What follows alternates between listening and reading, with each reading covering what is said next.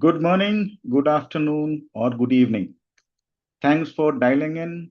Thanks for joining my episode number 21. My name is Raja Mukherjee, and this is my channel where we discuss everything around strategy and transformation, especially focused on turnaround situations. And today, in episode 21, I aim to cover a very important topic organization design with special emphasis on spans and the layers of optimization that we so often see is being the bottleneck for taking the right decisions, or it can actually pull the entire organization into a quagmire. So let's dive right in.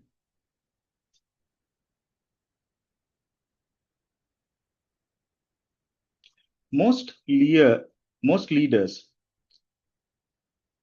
instinctively focus on strategy, technology, or products. That's where organization design, I call it a hidden driver of execution. And the reason is very simple. Some companies move fast while others get bogged down, all because the way people are organized. Organization design is much more than just reporting lines. It's about how decisions are made, how accountability flows, how collaboration happens, and of course, how the talent gets unleashed. And when you get it right, it can become a true competitive advantage for you. In this episode, we focus on three areas that drive impact. First, right sizing the organization, finding the balance between efficiency and agility, often through spans and layers optimization. Second, we talk on hierarchies to networks, which is essentially rethinking the structures for collaboration, speed, and innovation. And lastly, we need to talk about data and hence data-driven organization design using analytics to align structure with strategy. Of course, we'll learn from companies like Spotify, Amazon, Microsoft, Unilever, and GE, who's made bold design choices to unlock performance. Here's the key takeaway upfront. Organization design is strategy in action. You can have the best ideas in the world, but if the org design doesn't support execution, progress will stall. Think of organization design like an operating system. Apps, products, services, markets only work smoothly if the operating system is designed well. A clunky OS makes everything lag. A well-designed OS makes innovation effortless. By the end of this episode, you will walk away with frameworks, examples, and a mindset shift. Design is just not about boxes and lines. It's about enabling people to do their best work faster and smarter. But let's talk of why organization design matters. Why spend so much money and energy in org design? One line answer. Because poor design silently erodes performance. When organizations are too complex, we see common symptoms. Slow decisions, approvals dragged through multiple layers, confusion, overlapping roles create turf wars, cost bloat, too many managers relative to the doers, low morale, talented people feel disempowered by bureaucracy. Research has shown that spans and layers optimization alone can deliver 5 to 15% cost saving, if not more, while also speeding up decision-making process. But the benefits, as I see, goes beyond efficiency. Org design affects culture, innovation, and customer experience. Take Microsoft transformation under Satya Nadella. When he became the CEO in 2014, Microsoft was structured into silo divisions that competed more than they collaborated. Nadella flattened the hierarchy, encouraged cross-functional teams, and shifted the culture from know it all to learn it all. The result? Faster innovation, cloud growth, and a revival of company culture. Or look at Spotify's squad model. Spotify recognized that music streaming required rapid iteration. Instead of traditional departments, they organized around small autonomous squads, essentially mini startups with end-to-end responsibility. This structure allowed speed and innovation at scale, and see what Spotify has done to the music industry. The key lesson, my friends, strategy can only be as effective as the organization design supporting it. Just black and white. A digital first strategy in a legacy hierarchy is like putting a Ferrari engine into a bullock cart. The potential is there, but the structure holds it back. That's why leaders constantly ask, does our design enable or obstruct our strategy? If the answer is obstruct, it's time to redesign. We touched upon the concept of right sizing earlier, and let me just spend a couple of minutes dwelling on this concept. Right sizing is one of the most misunderstood terms in business. Many assume it's just an euphemism for layoffs. In reality, right sizing is about matching organizational capacity to strategic priorities. There are two extremes to avoid, as I say it. One is bureaucratic overload, too many managers, too many approval layers. This slows execution and drives up costs. And the other end of the spectrum is under-resourced chaos, too lean, leading to burnout, poor controls, and execution risk. Sweet spot lies in between, lean but capable, efficient yet agile. The major tool here is spans and layers analysis. Spans of control measure how many direct reports a manager has. Narrow spans, which is essentially three to four reports, often indicate bloated hierarchy. Wider spans, 8 to 10 plus, push decision making lower and improve speed. Layers measure how many levels exist from CEO to the front line. More than 7 often signal sluggishness. Best-in-class organizations operate between 5 to 6 layers, not more. GE in the 1980s, Jack Welch famously delayered GE, cutting management layers from 9 to 5. His goal was to eliminate bureaucracy and create a boundaryless organization. This bold right sizing improved agility and empowered frontline managers. Another case, Unilever in 2022. The company announced a major reorganization, reducing managerial layers and creating 5 business groups with clear accountability. The aim? Speed, agility, and sharper focus. Right sizing is not just about cost, it's about clarity and speed.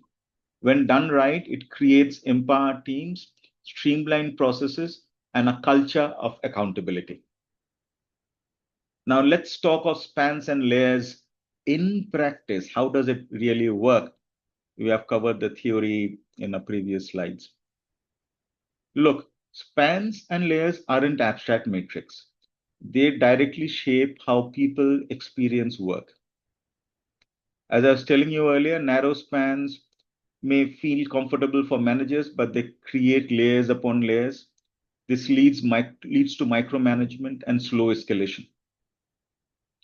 On the other side, wider spans, 8 to 10 direct reports, flatten the structure, push decision-making downwards, and encourage empowerment. And talking of layers, every extra management layer that you add in the organization, it will ultimately slow decisions and blur accountability. Messages get distorted as they move up and down the chain. Fewer layers bring leaders closer to customer and frontline realities. I have put 2 small case studies here. Both are very well-known brand names by themselves. And let's talk of Amazon first. Jeff Bezos is famous for 2 pizza rule. Team should be small enough to be fed by 2 pizzas. Logic, Smaller, flatter team moves faster. At the same time, Amazon enforces clear accountability. Every product has a single threaded leadership. This prevents bloated hierarchies and keeps execution sharp. One more case around IBM, 2010. IBM's layers of management became so complex that decision making slowed dramatically. Initiatives took years to reach market. In recent years, IBM has undertaken simplification, reducing layers to improve agility in cloud and AI business. Ask yourself, as you were hearing me talk, how many levels does a decision need to pass through in your organization? If the answer is 3 to 4, there's a design issue. And that's where we should definitely have a chat. Feel free to DM me or email me at the end of the presentation. Happy to talk, happy to discuss and debate and see how I can help you. Optimizing spans and layers is not about squeezing people. Always remember that. It's about freeing them to do something more interesting. By reducing managerial bottlenecks, you empower employees, speed up execution, and reduce cost at the end of the day. But all said and done, you need to balance between efficiency and agility. That's what right sizing does. It's a balancing act. If you focus only on efficiency, you risk become a rigid machine. Costs are definitely low. But the flip side is innovation and adaptability will soon reach an all-time low. It suffers. If you focus only on agility, you risk duplication and chaos. Everyone moves fast, but in different direction. The goal is to design an operating model that balances both. Case, Toyota's production system. Toyota is famous for efficiency. But the system is so agile, frontline workers can stop the assembly line to fix problems and continuous improvements is embedded. This balance of efficiency and agility is why Toyota outperformed Detroit automakers for decades. The second one is about startups. Startups are agile by nature, but often inefficient. When they scale, they need to add structure without losing speed. Companies like Airbnb and Uber struggled with this balance. Rapid scaling led to chaos, forcing them to redesign orgs for both efficiency and agility. A practical tool is the minimum viable bureaucracy principle. Add just enough structure to ensure control, but no more. Every new role, process, or approval should be justified. Leaders should constantly ask, does this structure make us faster or slower? If it slows us without adding clear value, it should be simplified. Plain and simple. The right balance is context specific. In a turnaround, efficiency may dominate. In innovation-driven markets, agility may take priority. But at the end of the day, great design flexes to the company's stage and strategy. Always remember that. Now let's talk of networks. So traditional organizations are designed as pyramids. Authority flows from the top, decisions move up and down. This model worked well in an industrial era where stability and controls were priorities. But in today's digital, fast-moving markets, pyramids are too rigid. Companies need to move from hierarchies to networks. In networked organizations, teams are cross-functional, bringing together marketing, engineering, decision, and operations. Authority is distributed. Decisions are made closer to the work. It makes faster turnaround to whatever the end client, wants at the end of the day. And this also helps collaboration to be very fluid. People move across projects rather than being stuck in silos, which doesn't help themselves at an individual level and also the organization because they don't have access to the talent that they need at that particular moment. Two interesting case studies, and again, both of them very well known. Spotify squads and tribes. Instead of traditional departments, Spotify organizes work into small squads grouped into tribes. Squads have end-to-end ownership while tribes ensure alignment. This creates a network of teams, autonomous but connected. The other side here, they transformed into a network of micro enterprises. Each unit operates like a small startup with its own P&L, but connected to the larger ecosystem. This radical network model allowed them to stay entrepreneurial even as it grew massive. And both these organizations are truly big. And why do networks work? Because they align with how knowledge work happens today through collaboration, not command. Hierarchies slow things down, network speeds things up. But networks aren't chaos. They require strong alignment mechanism, shared purpose, transparent data, and trust-built culture. The lesson? In a digital era, organizations must shift from pyramids of power to networks of collaboration. And I touched upon the concept of speed and agility in the previous slides. Let's talk about collaboration at speed. Moving to networks is not just about a structural change, it's a cultural one. Collaboration must be fast, fluid, and focused. Key enablers, cross-functional teams. Bring diverse expertise into the same room. Don't just let work bounce between silos. Decision rights, clarity. Ambiguity kills speed. Everyone should know who decides, who advises, and who executes. Digital collaboration tools, you have plenty of them today. Teams, Asana, Slack are more than chat apps. They're the nervous systems of network organization when used properly. Fourth one, psychological safety. This is very key, and sometimes I feel I should put it up on the top. People collaborate faster when they feel safe to challenge, share half-baked idea, and admit mistakes. Pixar. Every Pixar film goes through an iterative brain trust process where directors receive candid feedback from peers. The culture encourages open critique without hierarchy. The result? Consistently high quality films that all of us love even today. Second one is about Google. Google's cross-functional objectives and key results or OKR system allows teams to align on priorities while retaining autonomy. This creates collaboration at speed without losing focus. The danger of networks is endless meetings and consensus paralysis. That's why clear decision rights are vital. The best organization combine open input with decisive ownership. Leaders play a very vital role. Instead of being gatekeepers, their job is to remove blockers, not add them. Always remember, collaboration at speed is what turns networked design into real performance. Leadership, often the most vital ingredient in making this entire span and design exercise fruitful. But in a networked organization, leadership looks very different from leadership in a typical hierarchical pyramid. In hierarchies, leaders control through position. I am the boss, therefore I decide. In networks, leaders influence through vision, expertise, and trust. Key shifts, three I would say. From controllers to coaches, leaders guide, mentor, and empower rather than command.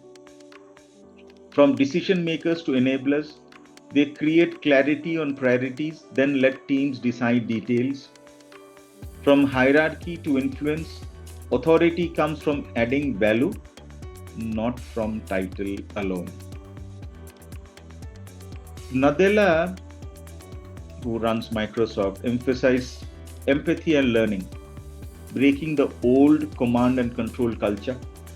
Leaders were encouraged to coach teams, not just supervise. This culture reset the entire Microsoft organization's resurgence. Netflix, another famous organization, culture of freedom and responsibility, which is their mantra, it depends on leaders acting as context givers.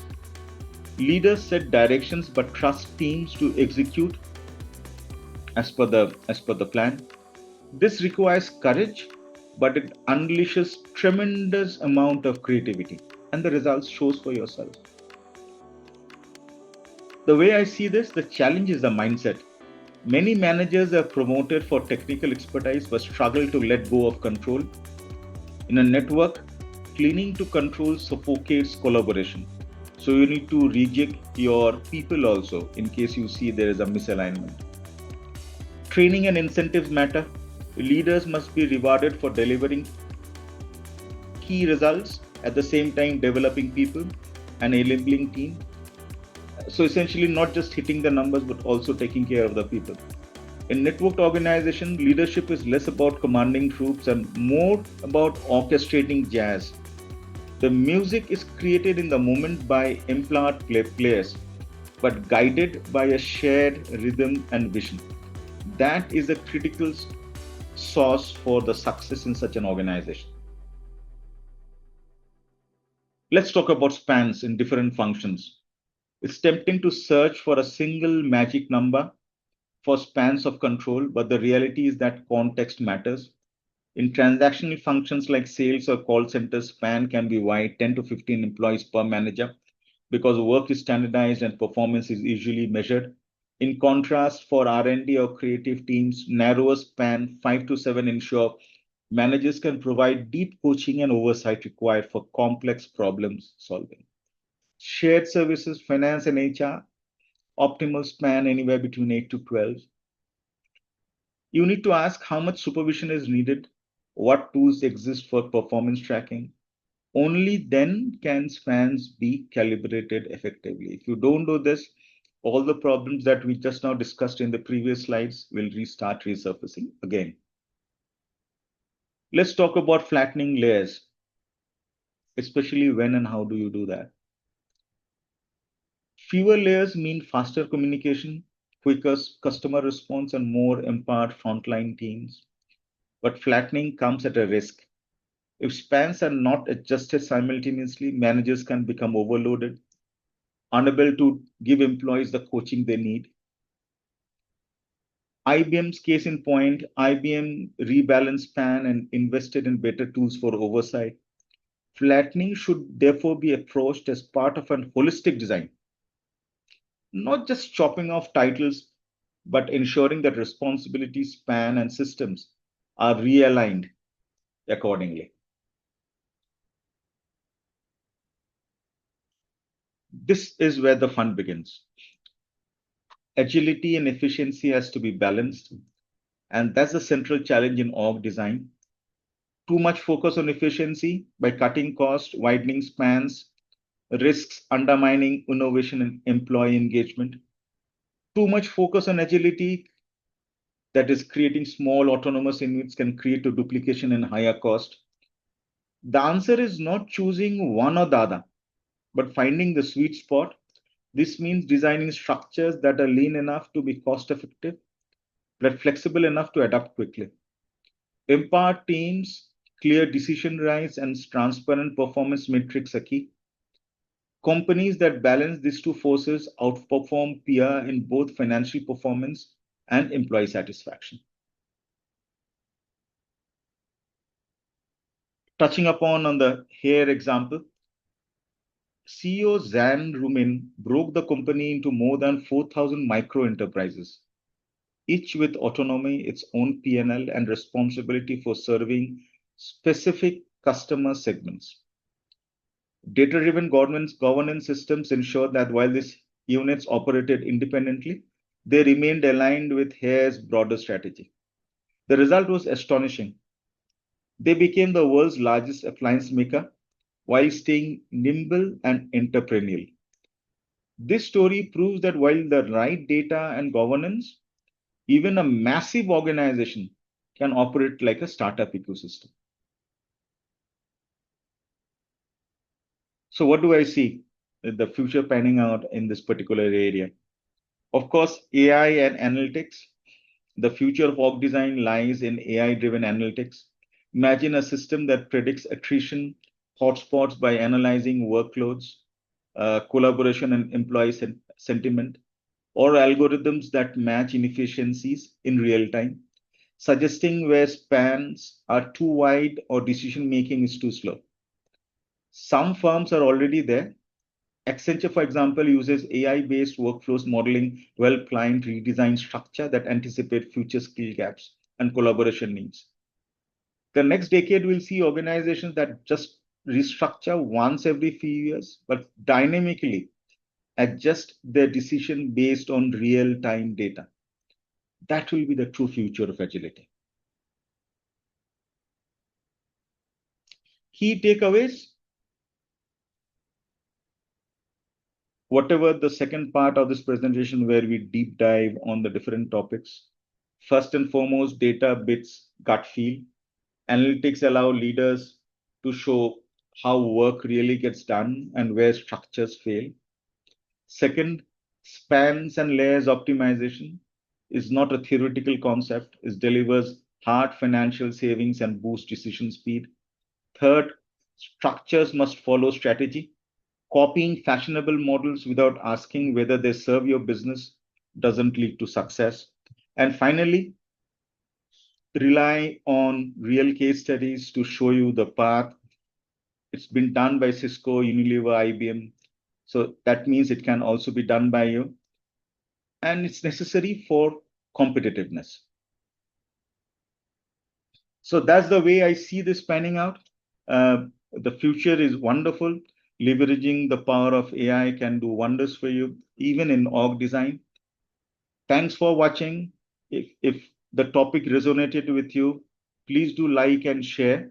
And in case you need to speak to me, reach out via LinkedIn or feel free to drop me a message. Thanks once again for being a part of this journey. Appreciate your time, appreciate your sharing the comments as you have done in the previous episodes. Look forward to staying in touch. Till next time, take care, stay safe. Goodbye for now.